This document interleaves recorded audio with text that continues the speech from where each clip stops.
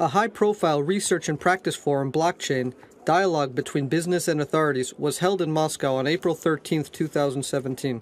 The event was initiated by the Russian State Duma and Boris Yurovich Titov, the Entrepreneurs' Rights Commissioner for the Russian president. PLC Group AG and one of its founders, Maxim Bedorov, represented the interest of major international players. Sharing his experiences of operating businesses in the crypto industry, he covered key issues facing the companies and explained how PLC Group AG had managed to resolve them.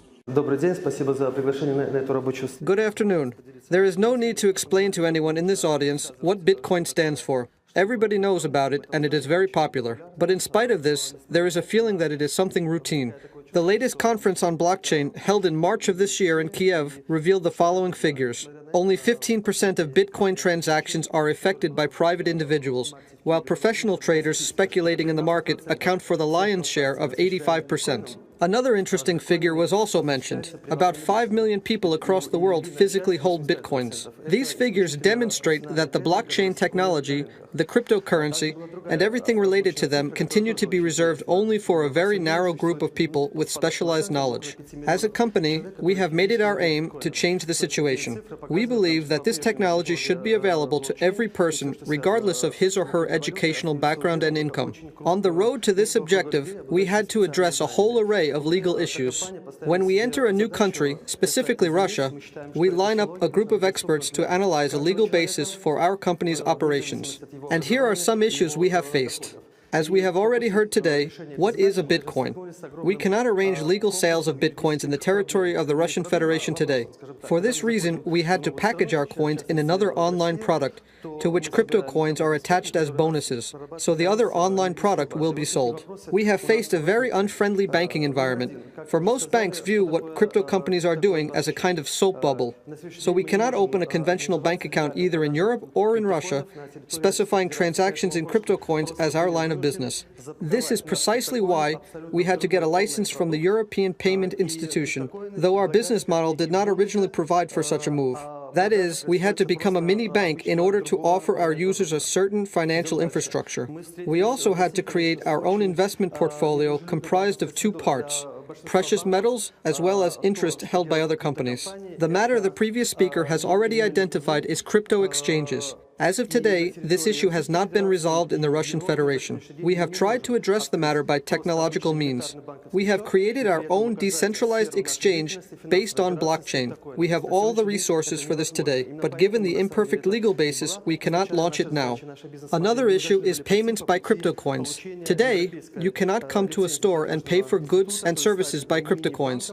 That is why we started to search for a technical solution to a legal issue. Specifically, we have set up our own online shop where crypto coins are exchanged for fiat money.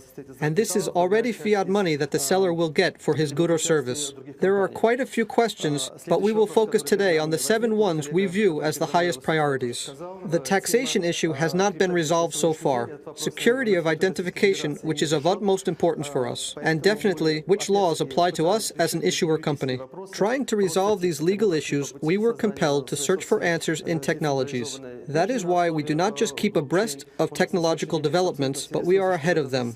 For example, our experts have developed safe crypto wallets, wallets that function in an offline environment, which give you the opportunity to pay by coins without an internet connection. Technologies have also been developed enabling the storage of a private key in one's own phone, but not outside servers.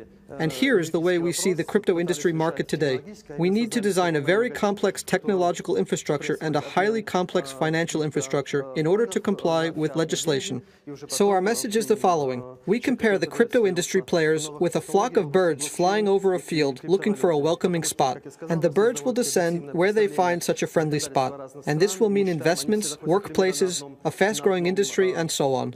Under the existing conditions, we had to set up a foreign company. This is the way it has worked out. But we believe that if Russia creates a welcoming framework, it can become the flagship, and an entire armada of new blockchain and cryptocurrency technologies will follow.